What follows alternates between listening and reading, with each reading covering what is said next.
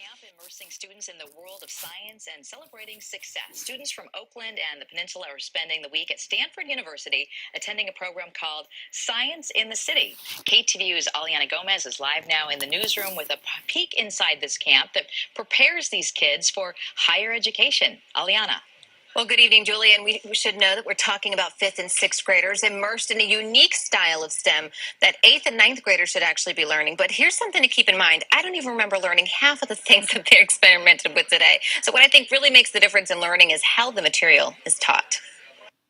A polymer is a chain of monomers that are bonded together using molecules. This isn't your average science camp. Sure, there's lab experiments and plenty of lab coats, but these classes are more engaging and exciting, according to the kids, of course. It has all mostly turned into a big thing of goo. This is the 6th year Leaders with Science in the City have created a week-long program at the Stanford University campus where 5th and 6th graders can experience something they never knew was possible. One thing I really liked is when we get to hook up wires, and we learned about circuits, and we were able to play piano with marshmallows. Until now, marshmallows were only for eating. And these red cups were mostly used for drinking or snacking.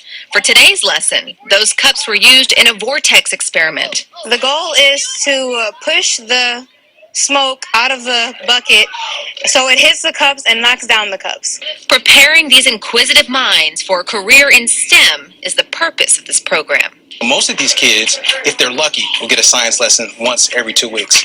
And so in the week that we have them, we'll engage in 16 to 17 science lessons. Continuing that education throughout the year, given their dynamic backgrounds, is the ultimate goal.